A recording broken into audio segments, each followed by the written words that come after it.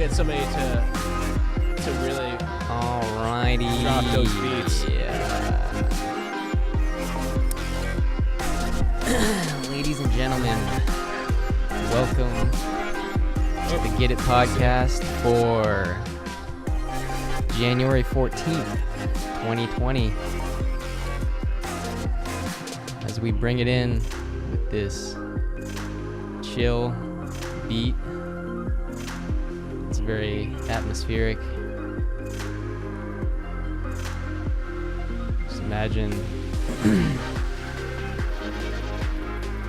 you drifting through space. Lights all around you. Going at warp speed. You good? Oh, I'm good. I'm a beast. I am doing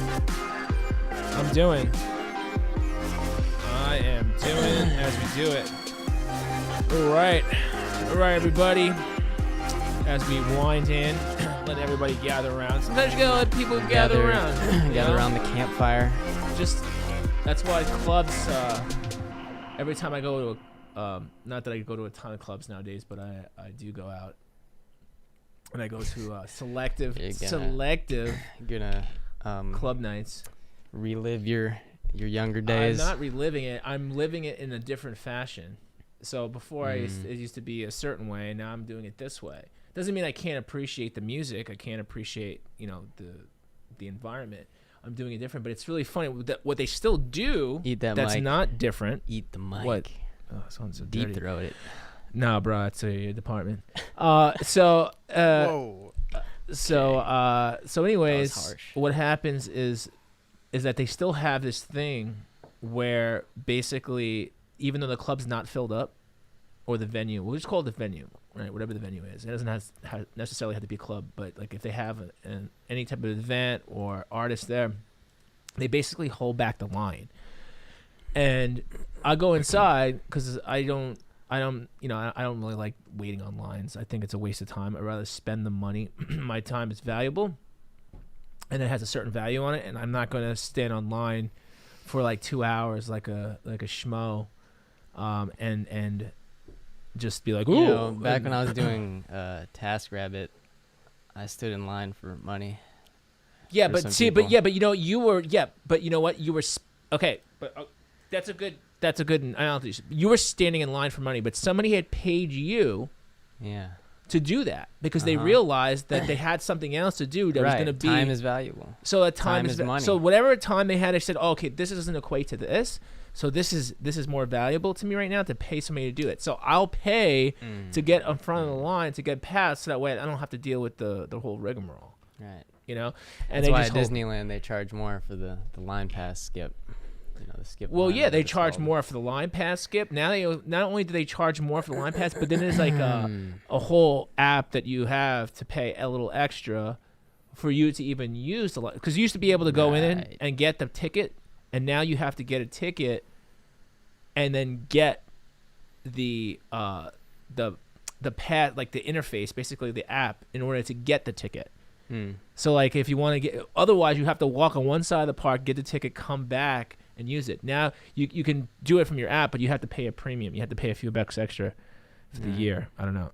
But it's amazing how with Disney will literally fight for every dime they can find. If they got 1 million people who have a season pass, and they'll charge an extra $1.50. Because they'll know people That's will pay for $1.5 million.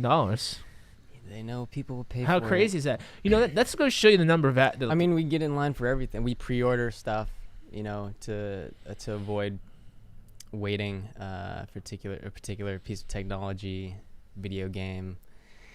I mean, I guess you could technically count waiting in line as, waiting for certain technologies to arrive and just like being first to everything, because and certain apps and technology that you can utilize, maybe it's in your best interest to get that piece of tech for your business, Absolutely. and you can make more money with that as well. Well, so I think time is technology. everything. I think there's like certain types of technologies that's like, okay, this is not. I don't need to have this right now. I don't need it. It's more of a want, right? So you kind of have to you have to. Well, you get a fuel have to efficient car, then you can save money on gas. Well, exactly, more, exactly. You know, but do you buy the right away? Do you buy the $80,000 fuel efficient car? Or do you buy the $35,000 fuel efficient car? You know? What does the 80,000 one have? Well, that's what you gotta do. Well, I mean, it all depends. I mean, everything. It's just funny to me that let me here. I'll put. I'm gonna put your your little lower third on, so people coming in know who you are. The new people. New people. I'm all about the new people. I want to meet the new people. Do new things. Meet and greet the new people. Here we are with. And even if you're not people, if you got new aliens, I'll greet them too. Yeah. Right all types, intergalactic folk. Some people like, they're like, when we used to do videos, they're like, oh yeah, this right here is the subscribe button, and then they changed it, and then everyone. Well, it was like originally YouTube had the subscribe button or the bar to the side. Now it's like beneath. Well, one time it was to the right, immediately to the right. Yeah. That's up at the top. Yeah. But they just kept on changing the page design, and essentially, it's funny. Like, we got what we got now. People have to get trained to do the that's standard protocol of like, subscribe. Well, that's why that's all a game. I kind of stopped pointing in certain directions, because I used to point in the direction of like, hey, subscribe over here, and they changed it, so now it's so what happens to those older videos? Like, well, you're fucked. Well, that's what I was saying. You can't like switch them. Like, well, they're there. I mean, so yeah, you can't switch that technically. Is there a magical software where you can replace YouTube videos? I've never heard of that. No, you can't. You can't really replace YouTube videos. Yeah. I just uploaded my documentary video for my favorite docs, and I forgot to put like numbers in front of them, and I'm like, shit. Well, you can update the title. You could update the title. You could update titles and stuff. But you could update links in the description. You can update a lot of stuff. You just can't. You can't change the video. Itself. Yeah, you can't change the actual video. Because I can understand why they do that too. I mean, like, you can kind of really game the system if you really want to just. Because like you could just change the videos left and right, and let's say the video that you upload is like completely different content, and it's just people are like thrown off by what it is, and it confuses the marketing system, or the hashtags, the metadata, etc. That would just cause a whole lot of problems. But if there was a way that you could like edit in certain things, I feel like that could be a solution. Where you like edit in maybe let's say there's a piece of news, for example, that you reported on and it was wrong. It would be nice to have like an option to do an adjustment to a specific part of the video. Maybe even, just slice it in as like, so people know it was edited and they can see like the first iteration of it and the second iteration of it. I think it would be helpful, because a lot of those news shows, they have to like re-upload or upload an edit to the video that they reported falsely on. It's pretty annoying, and you're like, oh yeah, this guy didn't get it right, like, because the information changed. Well, yeah.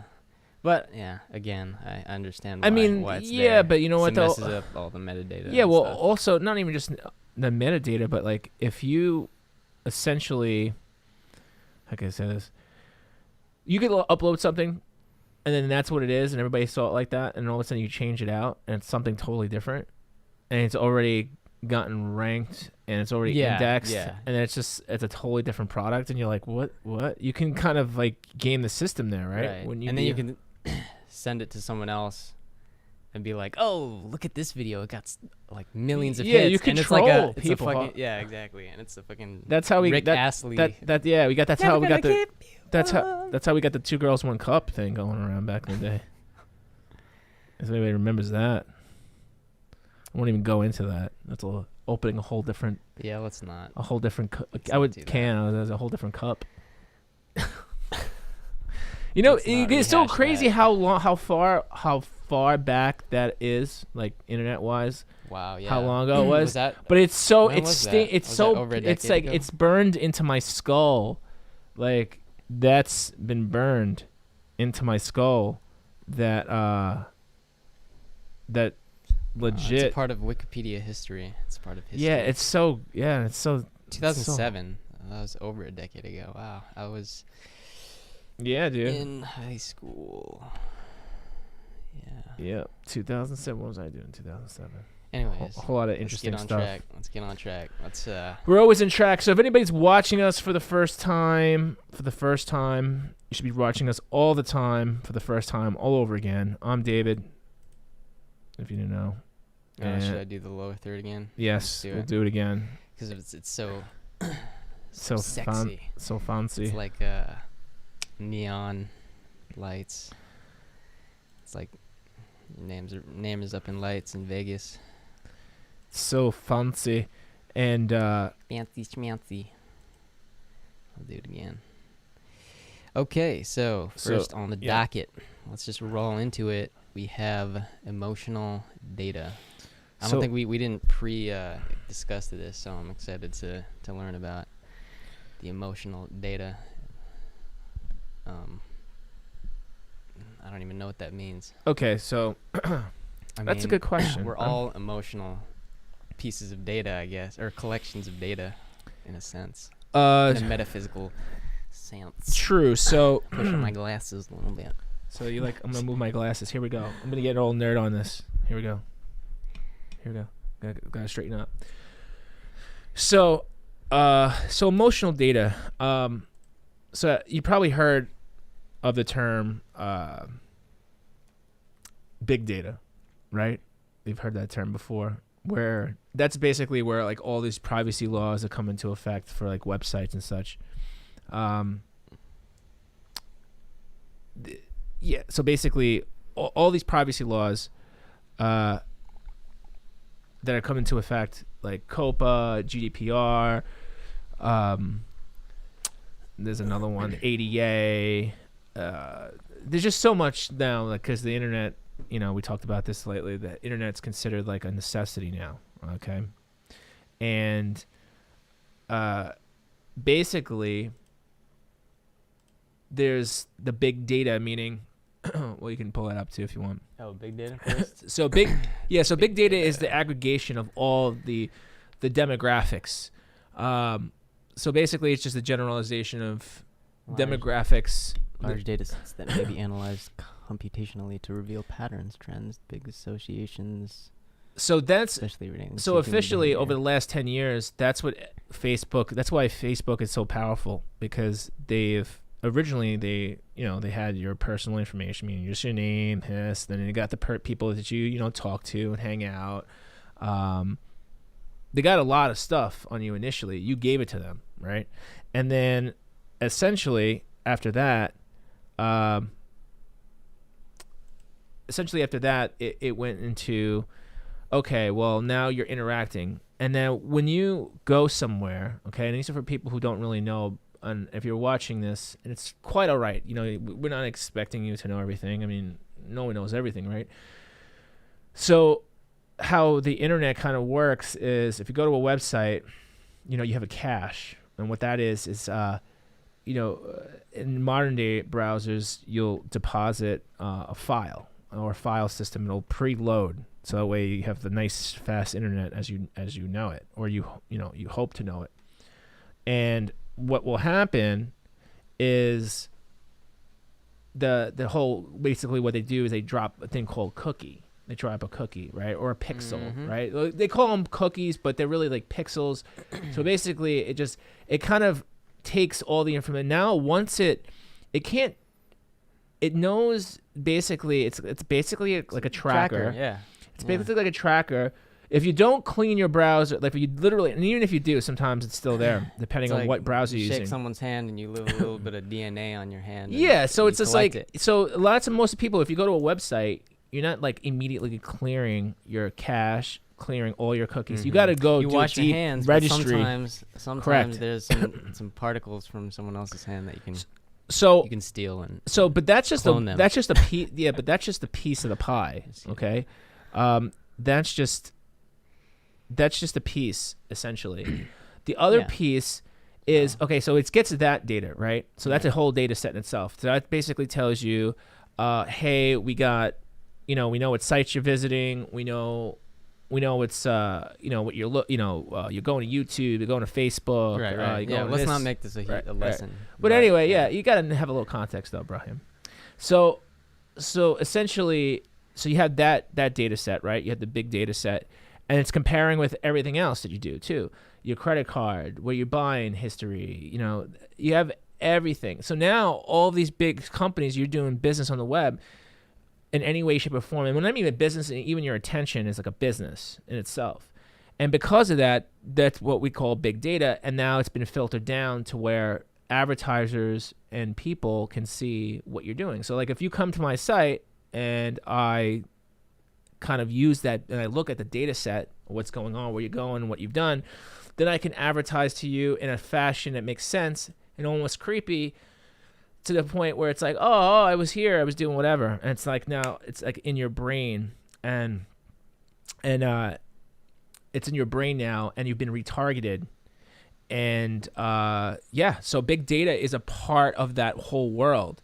But it's not just one. It's not Facebook's big data. It's not Google's big data. It's everybody. It's everybody's as a whole. And that's why certain companies will pay handsomely for that one set that they're missing, so that we can marry the two sets together and be like, okay, now we make a better product, a better service, or we advertise better. One of the most valuable things online, right? Is selling. Is information. Yeah. Just even emails, personally. like the email list. People think that email is dead. Email is not dead. Old school like email tactics, like just randomly emailing people, that shit's like totally dead. That's totally dead. But the new school way of handling stuff is very much alive, especially email marketing. And so big data kind of encapsulates the one avenue, and then there's the emotional data now. So from big data, we have emotional data, and emotional data is the actual customer experience. It's like, how do they react when they see that site? How do they react when they see, a countdown timer? How do they react when they see colors on the site? What, where, when something's positioned in a certain way? And I actually teach this stuff, and I've talked about this in other videos, and then we'll go into more detail, but emotional data is very valuable. And as we as the internet matures, is this it? It goes into it?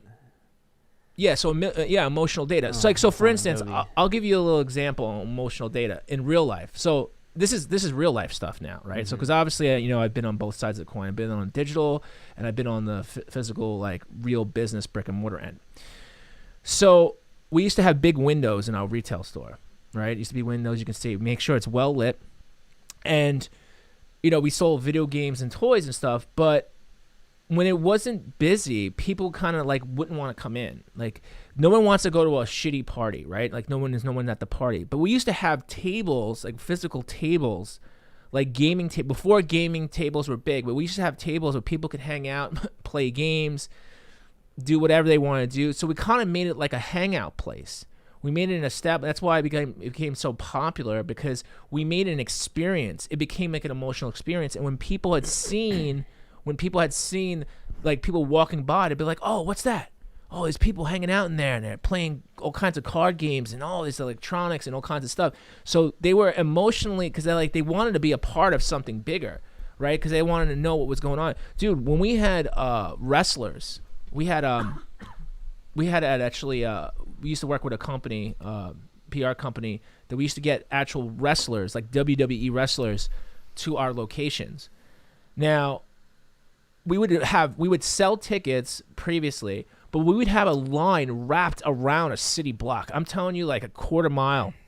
And people were just like standing in line for 2 hours. We had like pro wrestlers, like Rey Mysterio, Stone Cold Steve Austin, Like we had, Literally? yeah, Or- yeah, no, Oh shit. yeah. We actually had Wow. real. They would come like once every few months. We worked with a promotions company, and we had real wrestlers come to these locations, and people who didn't even know about the store, like automatically knew about the store. They were like, "Oh shit!" Like, "Oh, isn't that a place that like it has that wrestlers?" And just because of the line that it wrapped around, and that was a real world emotional data. Where we would know we were getting data like, "Oh shit, this works." So if we had some kind of lull in the traffic during the year, we'll just be like, you know what? Why don't we get a wrestler in here? We'll kind of bump up the sales because people come visit. Like getting that foot traffic. When you're a small business, we didn't have. I mean, we were doing good numbers, but we still would consider it a small business. We didn't have 20 locations. We weren't publicly traded. So like, we were still technically a small business, and we had to use that emotional data. We responded to some people and said, okay, we're going to do this. We're going to do this now. Oh, okay. We'd have sales that would encompass those people. So we had to work around that. And now on a digital level, the emotional data is very valuable. So like Is emotional data like a subset of big data? Correct. Okay. Yeah. So emotional data is a subset of big data, but it can't be measured the same, and it's really dynamic. Meaning like what triggers people now can actually annoy people later. And it's very, very valuable. And I've seen it even in the sites that I've made over the years and transacted on. We would have timers in certain ways, and like it's got to be put in a certain way. It's got to be, again, there's a lot of testing, a lot of A/B testing, but emotional data, if you marry it correctly with the big data sets, you have like a winning combination, like unreal combination of being able to transact. And in fact, a lot of these, and a lot of these shitty, info marketers, they prey on the emotional data portion of it.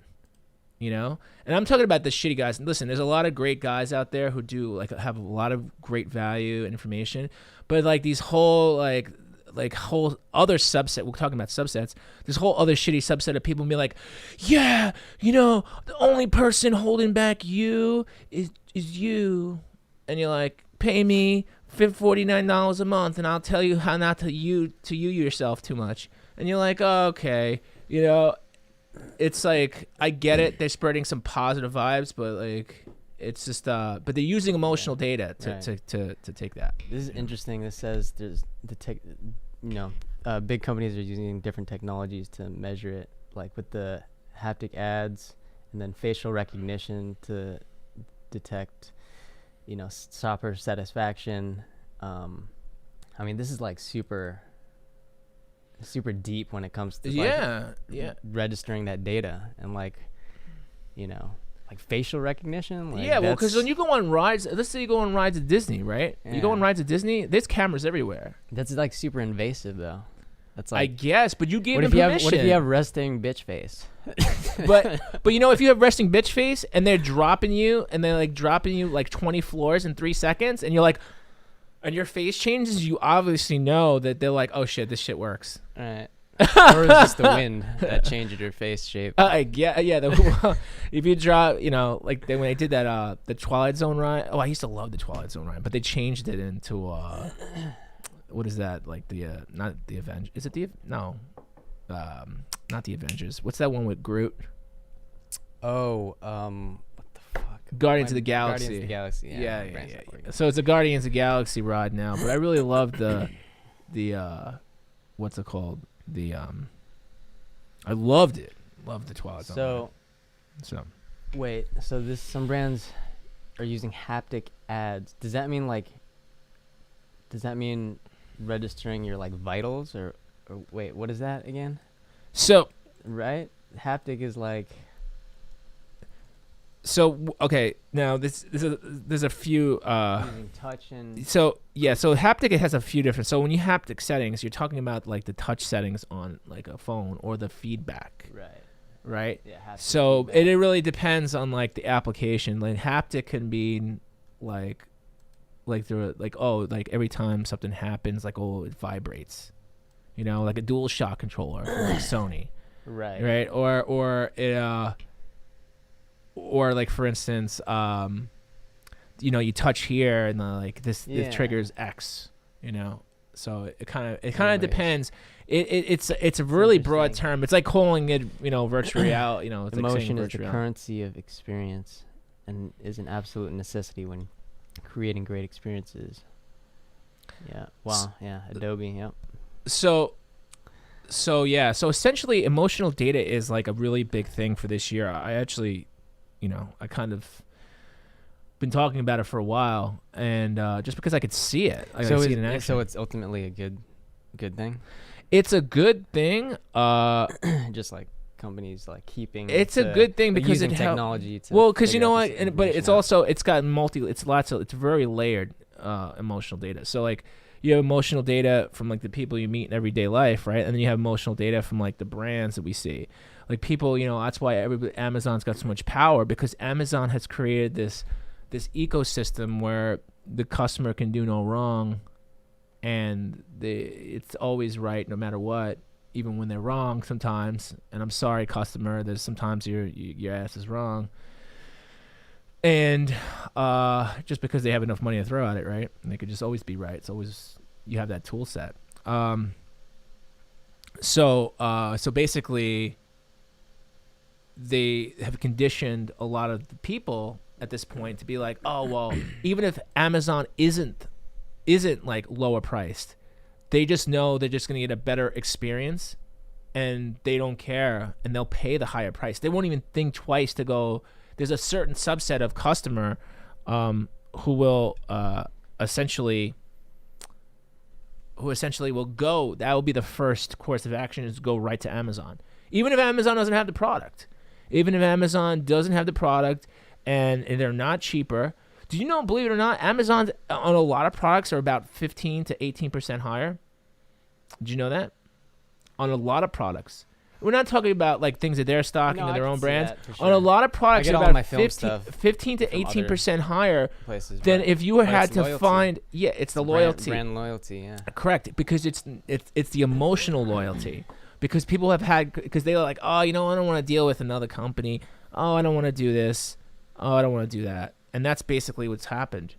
And they've created such a customer experience. Their user customer experience has actually created an emotional data tie. As someone who, works with businesses, consults businesses, helps businesses, what would your advice be to increase, the emotional data, avenue for businesses? It's a good question. So, and I'm thinking about fairly on budget. Now, like if you listen to Jeff talk, he'd be like, it's all about the customer. It's all about the customer. Customer. And like, you can't, that's great back in 20 years ago when there wasn't a lot of competition, right? And he was like the guy who was doing this. And it's really great when you could say that about when you have like, your stock price is over $1,500 and you can use investor dollars to like throw at problems, right? But if you're a grassroots company or organization, you can't give unlimited returns. You can't give free shipping on something that costs, $200, $300 a ship, maybe more. It depends on what it is. You don't have those benefits. You don't have them. So the only benefit you have is the emotional response on the page. So a lot of it starts at the development, like the visual development level of the actual website. And that's why a lot of people are like, oh yeah, I got this website and whatever. And they think it's pretty. Like I've gotten this where people think that they love their site and think it's pretty, but they don't realize that it's not good. It's not a good user experience. Like it looks pretty, but it doesn't answer questions. It doesn't do this, doesn't do that. So there's a lot of stuff that doesn't happen within the first 30 seconds. If not less, probably 15, to be honest with you. Right. And at that level, if you can instill an emotional thing, you could get people to transact. And you can get them not only to transact, but just to have an open communication. So it's before, back in the days of DOS, right? It's a DOS cheap. I was one of the first people to do gamification but we weren't able to fully roll out the product we wanted to because we just, you know what I'm saying, we just had to go, we had to just close up shop with that. But we were able to successfully launch basically the experience of being able to offer a bargain, like being able to haggle. So the haggling thing was a big thing. So we had the, make your own price function. So which is kind of like, it's kind of like the eBay thing, but not, I mean, again, this site's older, right? We haven't really rebooted it at all. No, but we had the wizard soliciting an emotional response from a customer. So yeah, the wizard was great. And then there was, but if you go to a product, right? So go to like, let's say that flashing like drink thing to the right, down. The girl's drinking like a flashing glasses. Oh yeah, right? I want that. So we would have. Oh, it's not. I remember those things in Vegas. So you gotta go something that maybe is. Yeah. What? So you gotta go something that's maybe available. Type in a cable or something like that. I don't know. Just type in HDMI or something. Let's see what happens. Magic. So there would be this function that we did, and again, this is this is an antiquated design intent. Okay, we get that. So if like you click on one of those items, right? Just click on one of them, and then you get there's a function there. It says, scroll down, make offer. See that right there? So we created, we're like, oh, you know what? We'll do a name your own price type of thing, right? So you have to log in or register to make an offer. So I was just like, so basically it was a haggling process. So you can register, and then you would register, and then, we tell you why. We played a cute video and everything like that. Yeah, you don't have to watch this. No, don't have to play. It's 2 minutes. It's 2 minutes long. So, you go to it if you just if you register. First, let's go through some basics. By the way, the guy who did you? no, it's not me. The guy who did the voiceovers, by the way, he does video game voiceovers. Wow. He went to the gaming industry. So like you register, right? Here, just register real quick. Let's see if it works still. Okay. Yeah, just there you go, and just put whatever. Shit.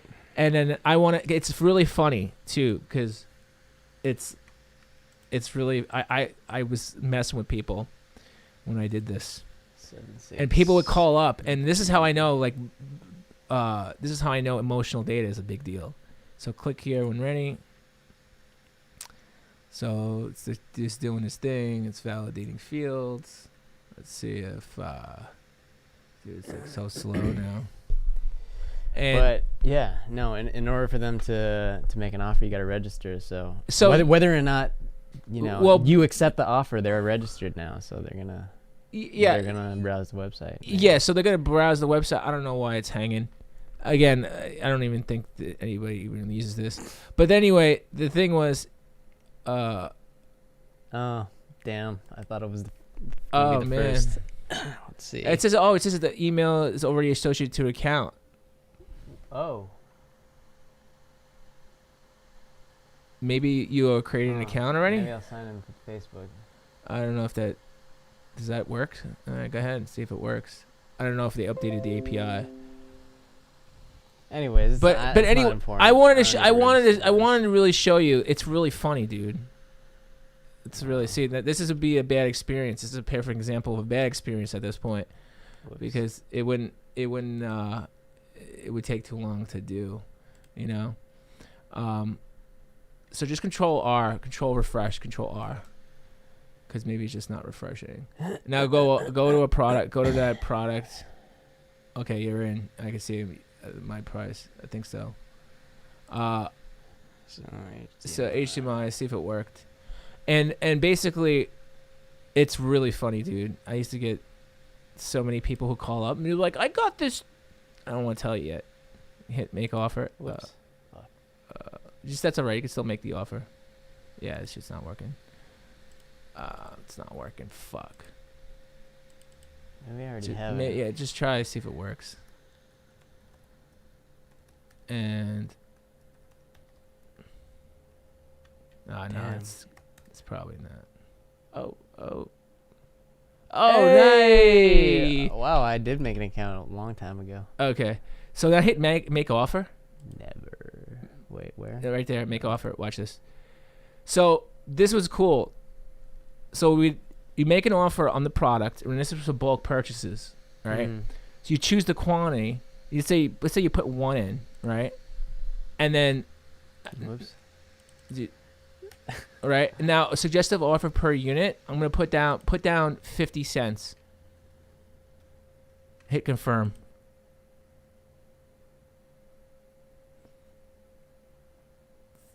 Oh, is it gonna show it to you? Or is it gonna break?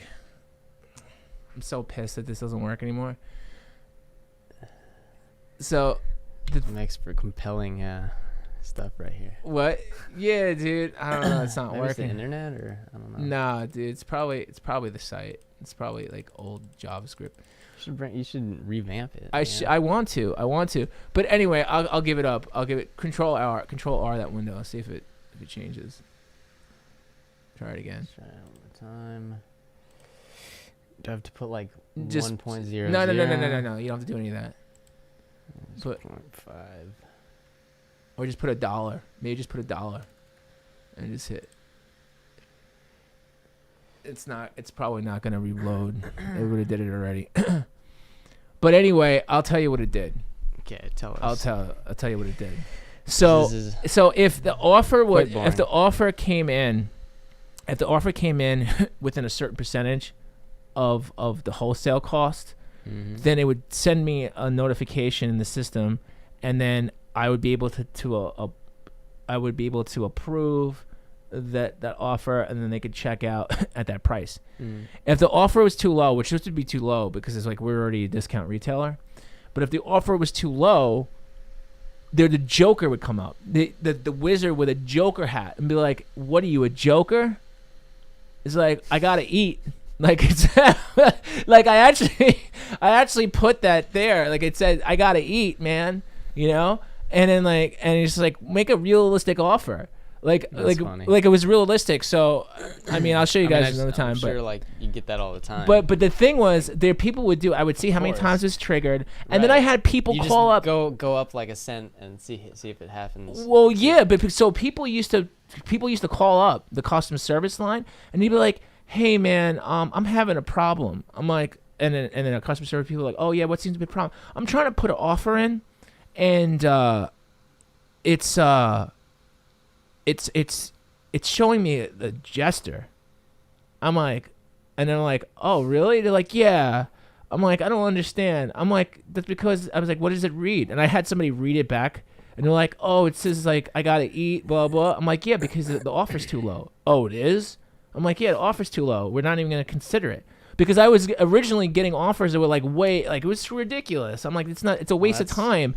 It's a waste. That's what you get for giving freedom to put whatever you want. Yeah, that's true. I agree. But it was a waste of time because it was inundating me and our team in general with a bunch of offers that were just a bunch of jokers. How eBay does it, it's like a lowest offer, right? Well, yeah, but we just had more it's like we had user won't accept this offer. Yeah, it's too low. Exactly, but that was 1-to-1. Think about that with like 50,000 SKUs, 50,000 products. You can't do it like that. No. So it was funny. So if you went below a threshold, we automatically served you the Joker, and it was like him and a wizard. It was just really funny, man. It was hilarious, and people would call us up.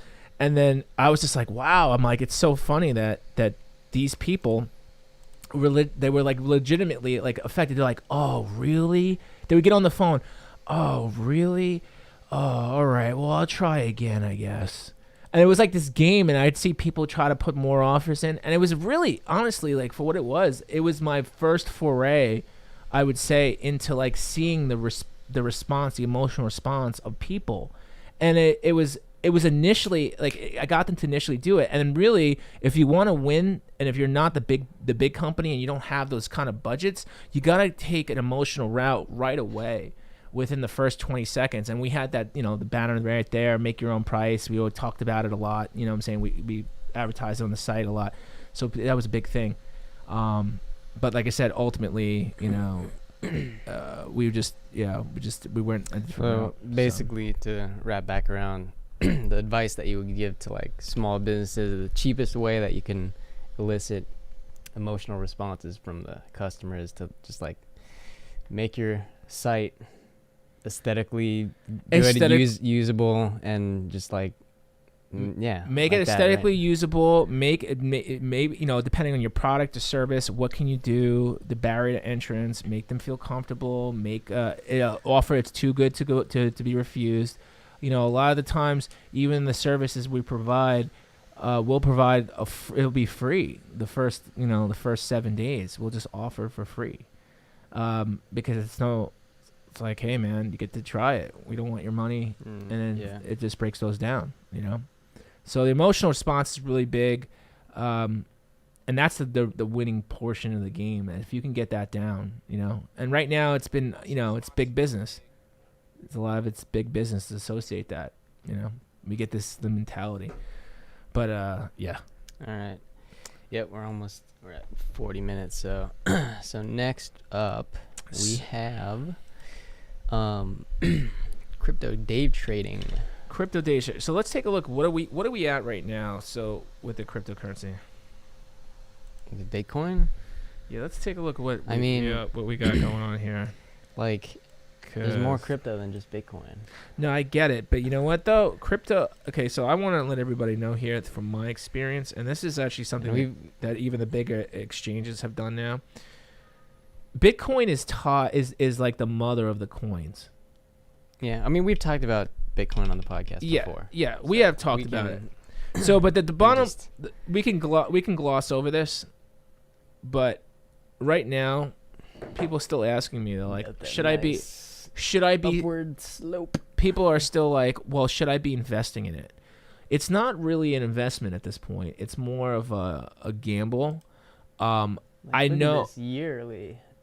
Year to date, yeah, but depending on where you invested at, right? If you invested at $9,000 and $10,000 back in 2018, you kind of screwed yourself. Or you still haven't recovered, in the 5-year span. Usually, what happens in like normal trading, you use a 5-year overall average to see where you're going to be standing.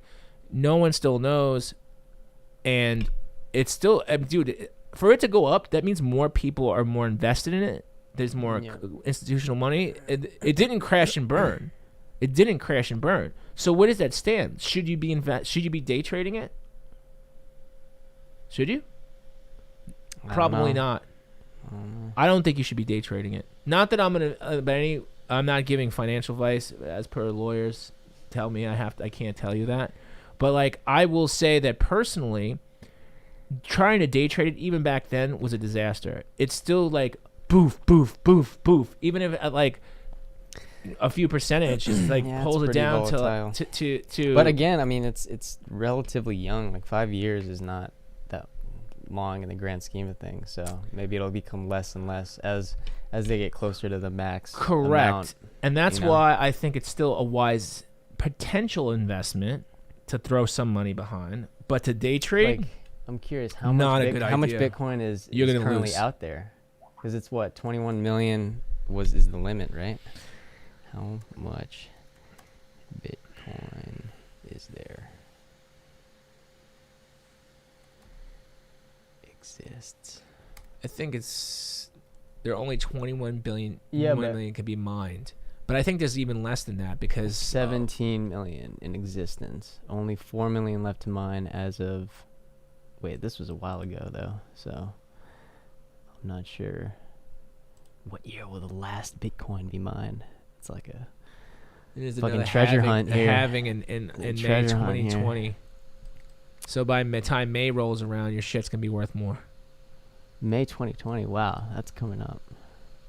So, with that said, do you drop more money into it before May? What do you think? I think it will be. I don't know, but the day trading though, that's what it is. A lot of people are like, oh, it's up, I'll cash out, and it's down, but then it goes back up again, and you lose, and it didn't go back up as far, and then you buy back in, and you lost $100. So you can lose all the way to the top, trying to get to the top. Because it doesn't have any actual. I mean, you can use it. Some places accept it, but it's not a widely it's not a widely accepted product, and because it hasn't become that way, and I don't think it ever Currency, will. Yeah, I don't think it's gonna. I think it's just gonna be another thing like nobody buys gold, right? You can't go anywhere and use gold, right? Think about that, right? Somebody may take it, but it doesn't mean you're 13 pence. Okay, yeah, think about it. Like, you want to go buy some dinner? You want to go to Pollo Loco? You think you can go to Pollo Loco and you'd be like, oh, hold on a second, I got some gold coins here. They'd be like, what the fuck is that? You'd be like, what is that? But like, now that's valuable, right? It's valuable. That's money. It's whatever, like money. Maybe the person like next to you will give you some cash to buy. They'll be like, oh, hey man, you need some cash? All right, I'll take your gold coins. But the guy behind the counter, he's like, I can't do that. I can't take that. I got Jesus Boots says, I buy fake gold nuggets just to feel rich. Dude, I mean, that would, if I had some gold, like, bro. At the end of the day, I need to eat, bro. Like, I can't eat those fucking things. I would make a chain and pretend like I'm a famous rapper. And just make some music videos with They it. made some cool Bitcoin. They have them, the fake gold Bitcoin things. Oh, yeah. My friend's got one. He works for a fintech company, but it doesn't make any sense, though. It's to just have a physical representation. Well, it's just kind of cool looking, and it's gold looking. Maybe you can pay.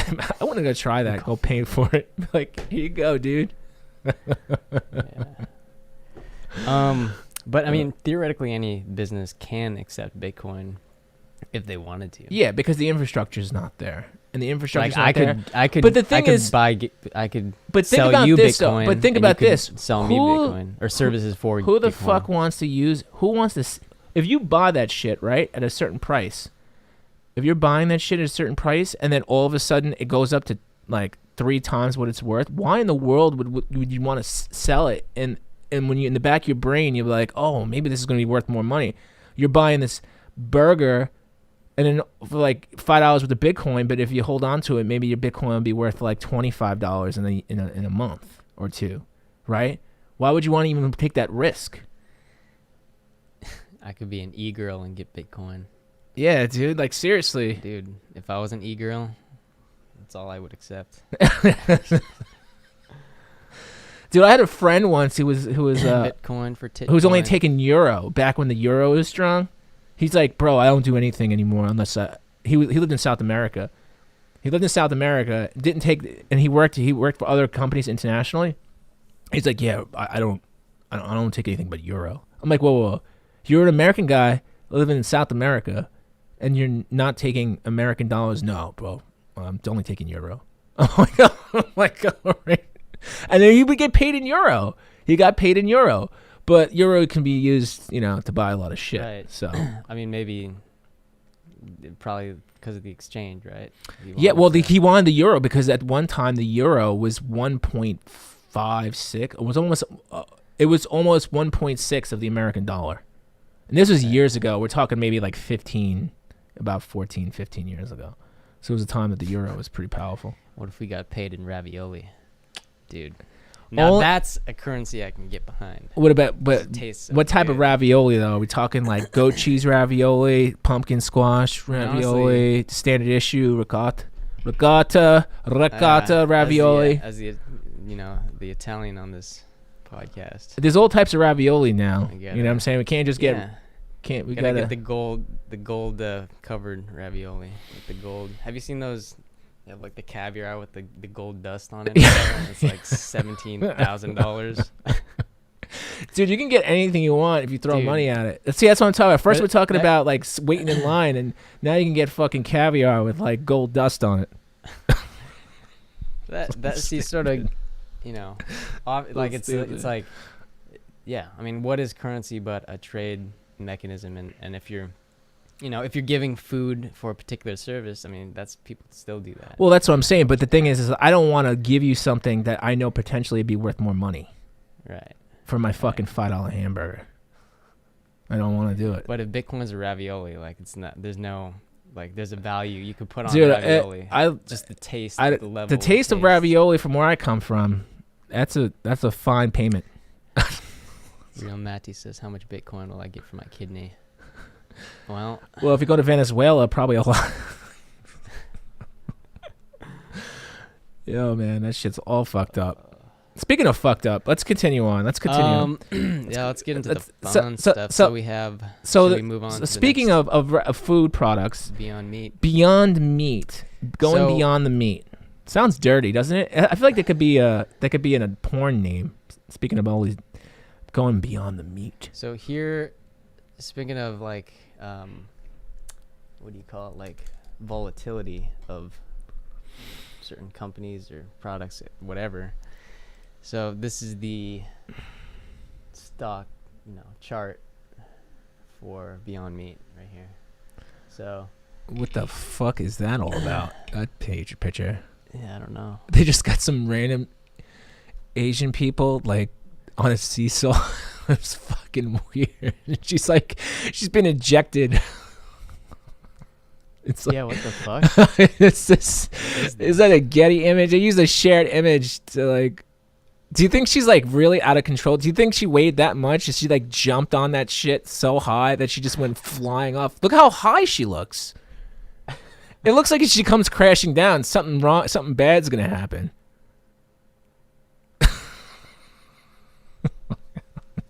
I'm just fascinated. That's by like this picture. clickbait. I could use that Beyond in an Meat advertisement. Seesaws. It's just funny. I don't like, know who of all the- seesaws like of all that. the picture of a seesaw. You go with this one. They're probably like search stock image of. Like let's go a little out there. Let's go for the highest That looks seesaw. fucking dangerous. Sorry.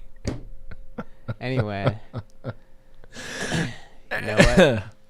That's guess good. That's good clickable content. You right know there. what? It's dangerous investing in shit that's not real and But okay, so real fakeness.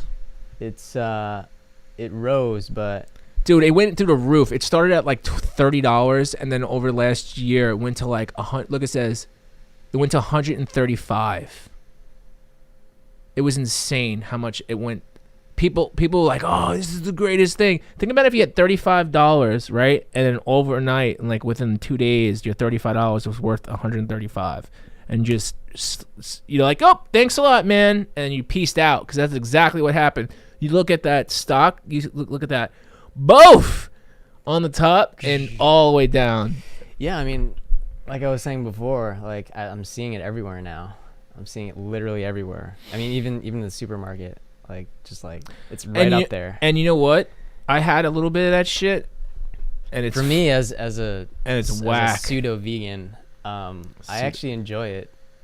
I enjoy the taste, but I wasn't aware of all the shit that they use as a replacement for it. Dude, for you know real what's meat. really funny to me? Their competition is called Impossible Foods. So Burger King's got the Impossible Burger. King, I saw that the other day. I was like, Right? oh, maybe I'll go to Burger King for the first time in 7 years. Just to try it. I'm curious. Yeah, be like, let me get my Impossible Burger on at the burger like place. completely plant-based, no chemicals. No, they don't talk about anything. No, dude, that Well, thing they is. say it's they. Do you market see it how as much sodium? Plant-based. Do you know how What much the fuck does that sodium mean? is in one of those products, bro? How much salt? And believe it or not, salt's not good for you. Like lots of salt. You're supposed to have. Oh, of course. Yeah. So it's got a shit ton of salt, shit ton, and it's got. If you can't pronounce, You gotta replace. if you can't pronounce juicy the taste name of the ingredients, then you shouldn't be eating it. Yeah. You shouldn't be eating it. No, I always it's funny. look at my labels. I'm like, sodium xanthol trioxate. Like what? Are they fucking in a lab? Just like, Dude. here's a little bit of trioxide. I'm not methanol kidding, dude. Like oxide. food science is real science. They are making fucking flavors. I talked to a guy who was on a flight probably like 4 or 5 months ago, and I was sitting next to a guy, and we started up a conversation. He was an entrepreneur, and he was talking like, yeah, I got these new chips. It's called Pig Out. Pick Out Chips. I'm giving a plug to this guy right now. I don't even remember his fucking name. I think I have his phone number. I don't remember. But like, and he's just like, oh yeah, you know, like this whole food, you know, this whole vegetarian craze is really, really big. He's funny like, that you know, I started a new company. The advertisement on this article is for a Dunkin'. Beyond Duo Double G. It's so gross. It doesn't even look appealing. Dude, if you want to eat, you want to eat healthy, just eat a fucking vegetable with a little hot sauce on it. Everything tastes better with hot sauce or ketchup. Like, is it really, like, the amount of, it's so funny because everybody's in like this pretense, like, oh yeah, man, I want to be, well, first of all, okay, and I remember our commercials about vegans are going to hate me. Well, guess what? I don't give a shit, okay? Because let me explain something to you. Calm down in the I love comments. animals. Calm down. I love animals. I fucking love animals. Okay. Mm-hmm. I have dogs. I had chickens growing up. No, I didn't eat them. I had ducks. I love animals, right? But back in the day, 2,000 years ago, nobody was trying to be vegan. You know why? Because like if you were running around in the Middle Eastern desert and you didn't have enough fields and you weren't plowing the fields and you weren't a farmer, you ate whatever the fuck you got your hands on. That's exactly what you ate. And you know what? Being vegan now is like a designer. It's a designer lifestyle. It's a designer diet. It's very expensive. It's labor intensive. Dude, go. You'd have to. It's not easy. Everybody's like, yeah, it's just so easy to be vegan. Yeah, just eat it's like. not. It's not. It's not. Not people, any animal byproducts whatsoever. No it's cheeses, not, no fat, no it butters. It can be healthy. Like I mentioned before, the people who have lived the longest actually have a mostly plant-based diet. Yeah, it's but you just said it. Mostly plant-based diet. They didn't say they were like, I never touch animal product at all. And I do it. I mean, I'm mostly plant-based. I eat meat occasionally when I'm like out and it's like, you know, fancy steak or something, just because.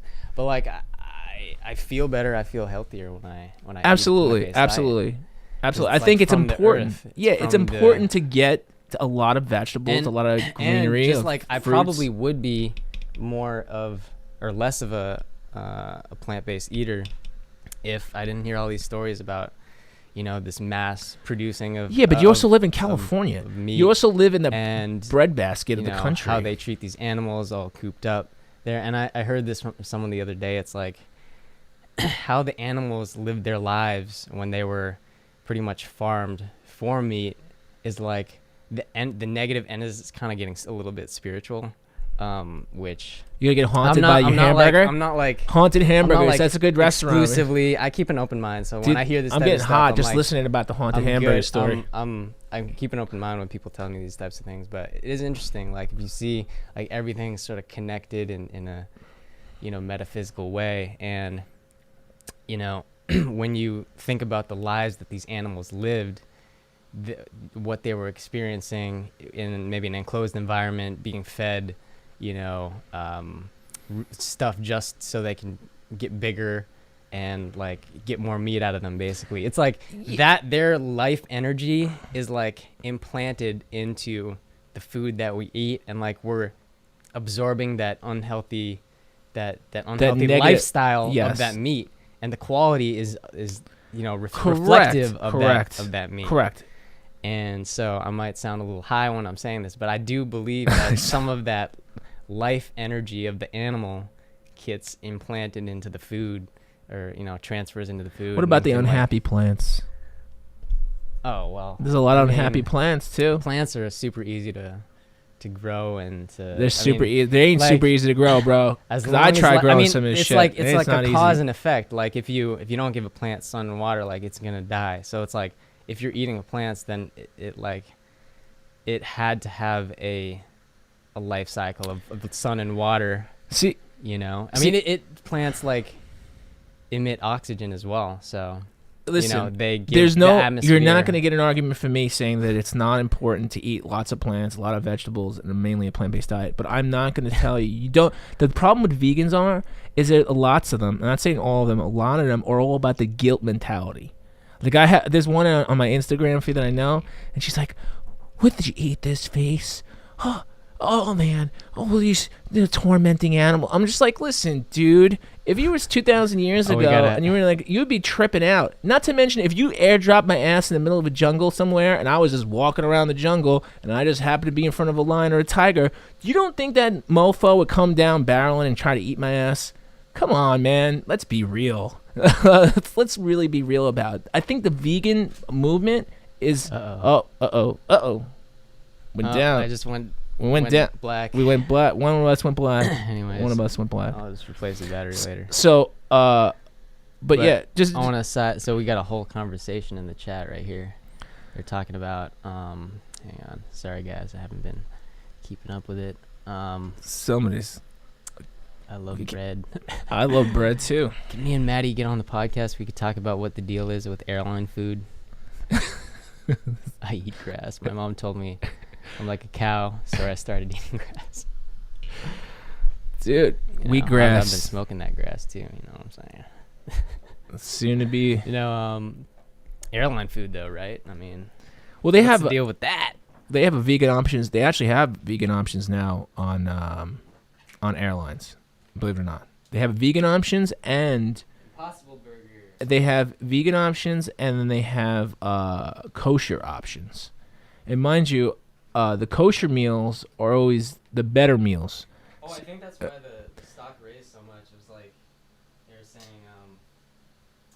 they served an alternative to pork, and that's like a very if you have an alternative to pork, like Muslim people will, Yeah. do that because it's not pork and they can't. It's not pork, but it just tastes just like pork. Yeah. It's just, you know what, dude? It's just like science, bro. And it's not, the thing about it is like, listen, if it was really all natural, like they say they claim it is, then I wouldn't be so averse to it. But like, dude, I've looked at that shit. I've eaten it.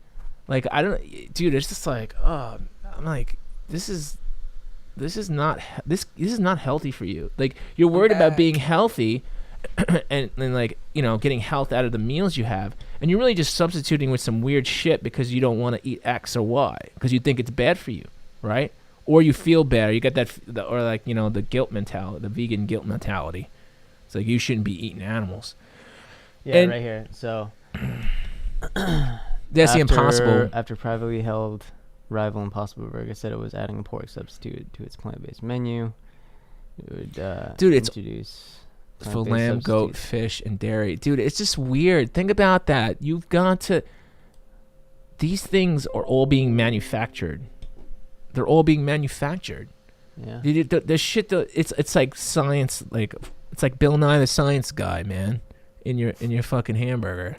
It's Well, just, I mean, I'd rather soon just we'll- not... soon we'll all be drinking, the Soylent stuff, like the drinks that have all the essential nutrients that we need to And that's have a the balanced nutrition. Yeah, but that's what we're ultimately going to be drinking. Like 10 years down, we're just but gonna people be don't like, understand we're too. gonna take those little capsules. I don't know if you've seen that movie, like it's a futuristic movie on a train, but like they basically had this like cube. You just eat it, and then that's your meal for the whole day. And like it has, everything that you need to survive. But people love tasting. I like the taste of shit though. I like tasting stuff. I like bacon. I want to eat crunchy bacon. I had vegetarian bacon That's why people few weeks ago. Veggie bacon, and it was weird. The consistency was weird. That's why people didn't make taste the careers same. out of cooking. Like if there was no food industry and we just ate the same stuff, then there would be no industry. That's what I'm saying. Yeah. But like the whole idea of having all this science. First of all, it's really not that healthy for you. It's under the pretense of being healthy. Yeah. Number two, wait 20 years after some guy's been pounding down What's it called? Impossible Burgers every day of his life and see how that works out for him. It's just like, listen, either don't straddle the line. Pick a side. Snowpiercer. Don't straddle it. Pick a side. Either you're gonna Wait. go more plant based, gonna eat less meat. I hope we don't get flagged for this, but You know, we're always getting flagged for something. That doesn't even look good. Is that what it is? That's what. oh yeah, That's right, man. There's your food. There's your protein block. protein block. This is literally That looks. gonna be. Oh shit! I forgot about this part. Yeah, like this is the reality of of what the cubes are. Yeah, dude. But that's how. Anyways. That's with those cockroaches. They do that. like They did that in massive China already. Cockroaches, yeah. I saw that. On our other podcast. If you guys watching, like, we talk about that, about the cockroach guy.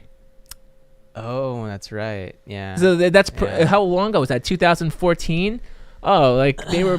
They probably knew what was up already. They're like, oh, we got some cockroach guys here. Yeah. It's like a thing. Oh, weren't we talking about? We were like, talking- we were talking about spam. That's what we were talking Yeah, about. Also. that shit's weird too, dude. Like, I don't know, man. Tell Like, your spam story. I don't know. I can't tell a spam story. So You what could watch is- the what other is- video. What is spam? What is spam? First of all, spam? it's not. Maybe not a lot of people know what spam actually is. It's just boiled out like reject whatever like you couldn't use in the pig, and just they threw that shit The together. leftovers. And it's cooked in the can, like, so that way, like, that's why it's got that gelatinous weirdness to it, because like they don't put the gel into the can with it. It's actually the byproduct that comes from cooking it inside of it. So it's kind of like, And now So it's you- a commodity. Like, but dude, you go to places like you got to spend extra to eat that shit. When I was a kid, I was poor, and then like my parents were like, we got spam today. I'm like, oh, like now it's just like all you go to about places, perception. you go to places and like, yeah, we have these cool spam. I'm like, What if spam? I it's- don't want no what if spam. it's gold dust on spam? Then it's what if it's gold plated spam? Dude, and that goes to marketing. See, marketing's so powerful. You could just, I think you can make anything fucking look delicious. I got Jesus Boot says, what got you started on this channel? Good question. Talk a little bit about Well, what sort of what this. I feel like a lot of people don't know, what this podcast is. So maybe we can give them a little bit of an idea of the sort of things that we talk about and so yeah, what will so be coming up. so First offici- of all, follow us. On Twitch. I think you're from Twitch, Or right? you- Yeah, it looks like. or YouTube, go get a podcast. I'll give you the links in the video. Yeah, Twitch and YouTube. Make sure to subscribe to us. We don't charge anything. It's free. It's completely free. Yeah, we're not charging anybody. Yet. We don't charge people. I don't know nothing to charge for. Just kidding. Got nothing to, we don't know We're just nothing to hanging out, prove. dude. We're- This is a we're- conversation with all y'all. So, And just so if you you have have- any questions for us, if you want to discuss anything, So you know. so if they're asking how we started this, well, two reasons. One, I've been an entrepreneur since like a very long time, and I always had a lot to say and no one to say it to, and I just wanted. And I used to talk to this You've guy. been saying it to a lot. I've been saying it to a lot of people for years, but like it was a closed circuit. And then you, I started we started having conversations, and I realized that we had a conversation. It would be like a 45 minutes to an hour. And we're like, hey man, I'm like, do you realize this? And he's just like, ugh. And then you go back and forth with me. I just make it. Is Yeah. that how it Well, sounds? yeah, just like that, right? So and I'd have the conversation with you, and I was just like, you know what? I'm like, this should be on a podcast. Like our conversation, this Yeah. should be really like. I'm like, this is really interesting shit to talk about. And I figured like other people would be interested in listening. Yeah. So, and that's really kind of how it got started. So it's a little bit about business. Yeah, it's an outlet. It's not an avenue to create content too that maybe other people can be interested in chiming in on. It's not an egotistical act. It's like some people might think, oh, like everyone's and their mom. Yeah, is starting dude. a podcast. Okay, so everybody thinks they're a marketer. Everybody's got a fucking brand. Everybody's like wants to start a podcast. And everybody's just kind of jerking each other. And that's like if you watch some of these podcasts, everybody's just like, oh yeah, this is oh,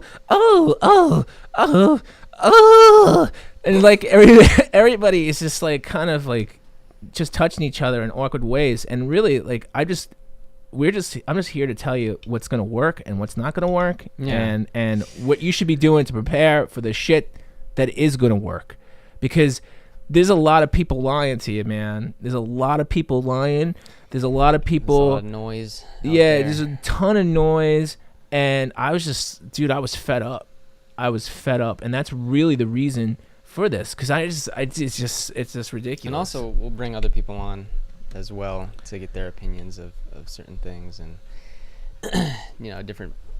Like, we want to incorporate business as well. Well, yeah, right? I mean, but we touch on business every episode. We touch on, like, sometimes we go a little deeper in. Today, I think like we talked a lot about business. To be honest, anybody watching here, can leave their 9-to-5 job to pursue something bigger and have a more free life. So absolutely, but you gotta do it the right way, not the stupid way. And there is a right way and a stupid way to do it.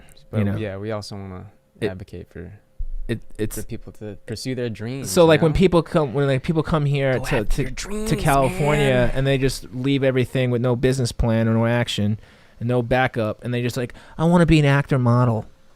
Dude, every single person I met was an actor model or actress model. Like, I do I'm an actor. Everyone's like, the only thing they're doing is acting up. That's the only thing. When they're like, oh, I'm just an actor model, and then they just go back. I mean, like, that's not how it goes, man. I mean, even when I moved out here, people asked me that shit too. I mean, you sort of did it. No. I didn't sort of do it. Just so you know, okay, so if you find me on YouTube, right, obviously you could find like old videos of me. And I did I had people on here asking about, what happened to old that is technically I was on TV. Yeah. I mean, but it was for my business. It was my forum name. Just so everybody knows, that was my forum name that I had originally when I was with Games USA / Video Game Central. When I first started that was my forum name. So I didn't know what to like present myself at. I mean, it was like, that was just a gamer thing to do. That was it. Like, that's what I used. And then I kind of went on with it. My tag was way back in the day. I still play old games. Asian Kid 108.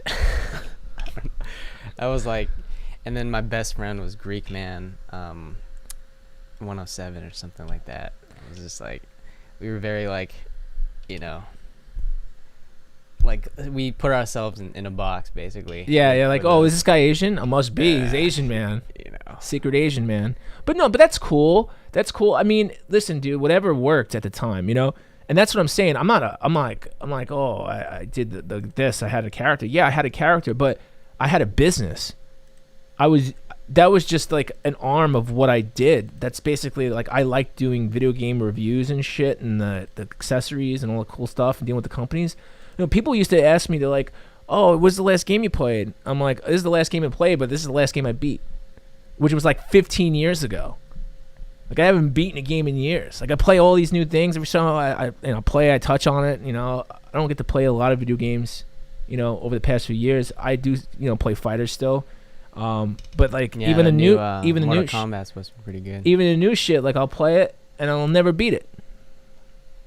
And then, because I just don't have the time, I'm not gonna invest all that time into it, man. Because it's like, I'm investing into business and myself. I heard really good things about. Yeah, it's awesome. It's fucking insane. But you just play it for a little bit, and it's like, oh, I get too. Yeah, well, I get good with one or two characters that kind of beast good, and then I get cocky, and I think I can go to Evo, and I come out of one pool like I did once before, and I'm like, yeah, kick your ass, and then fucking, and I just get slaughtered. I read a lot of game news and listen to a lot of game podcasts. It's like there's so many there's so many more. I mean, it seems to be less like AAA, or maybe there's the same amount of AAA, but also there's like, indie developers like making all these cool innovative games that are maybe so what's going on scale, and also like with VR and stuff. So there's a lot more like in the pool, I think. Well, what's going on is like they launch a lot less new games, AAA titles, and they're just adding packs onto shit. So like, it's like they sell the core game. And it's like, oh, you want this update? It's another $30. Oh, you want another $20? And I saw this shit coming down the pipe. I remember when this dude, his name was Seth, who worked for Capcom, and Capcom was like one of the early guys who did this shit for at the console level. I'm just like, yo, what's up with this, man? I'm paying like out the ass for it. He's like, oh, people pay for it. This is what we're doing now. I'm just like, oh, okay. And then and that's what they do now. So it's yeah. So anyway, but that's what my name was. It was a character, and I didn't come to California to like, be like, oh, I wasn't trying to get like, famous. I just happened to like TV. I had like an agent in New York passively when I was in between like jobs. I was already working in Queens, and Manhattan was just a hop, skip, and a jump away. But I didn't drop everything I was doing to do that. Like some people could drop everything they're doing to like go into Hollywood and thinking they're gonna like, and then like, oh, I can't afford any food. I'm like, bro, you got to get your act together. You got to be smart about shit, and that's what I mean by smart about stuff.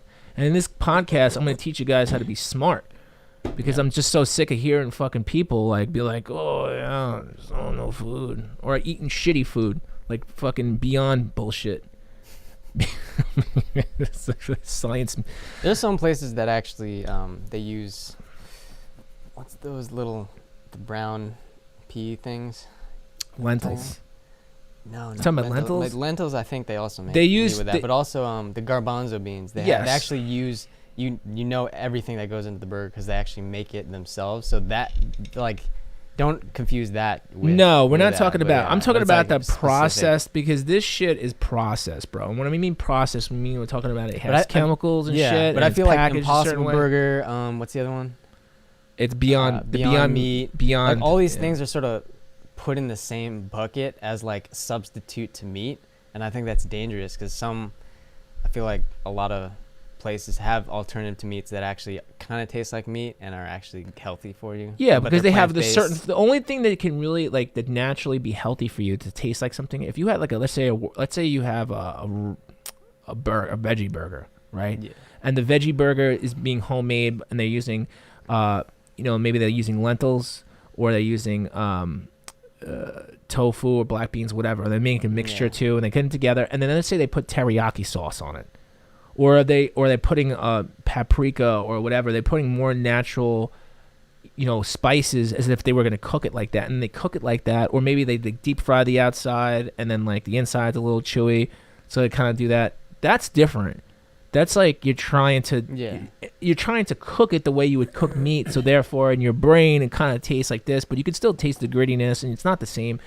But the thing is, it's like that's still a healthy alternative to what we got going on now. Because that stuff, they're trying to really, because it still tastes different. It doesn't taste exactly like meat. So, you just have to accept the fact that if you don't want to eat meat, then don't fucking eat meat. That's it. Eat nuts. Eat the meat. Eat nuts instead for protein. Yeah, bro. Be a small foraging bear. I eat nuts. Eat nuts and berries like me. I eat nuts. That's how I keep the girlish figure intact. Nuts and berries. Okay. So anyway. That's what we're at about. So we're at about time. So all right, guys. Well, if you guys are watching us on mobile, don't forget to go to youtube.com/David Scarpetta. You do need that soundboard. I'll bring it next time. And then if don't forget to follow us on. I'll have the links in the description. The link to the actual podcast channel. Don't forget to subscribe there. So if you're watching this, it'll pop up in a little bit. As always. This is the best podcast on the internet because we don't have an agenda. The agenda is you. You're the agenda, my friends. You are the agenda. And so I'll just pop up your name one more time. Until next time. That's Dave. It's time to do the impossible. It's time to do the impossible. Switch it here, and then that's me. Follow us on our social. Subscribe, share. Fight the good do fight. All the things in the sidebar and the down bar and the bars and here comes. Here we go. Let's rap. Let's go. Here we go. This is when I gotta leave. When he starts rapping. Let's go.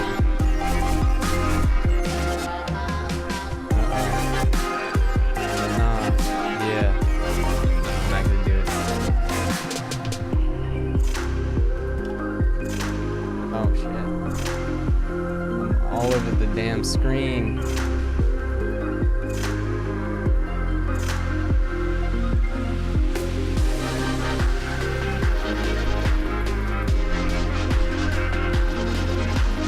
Peace.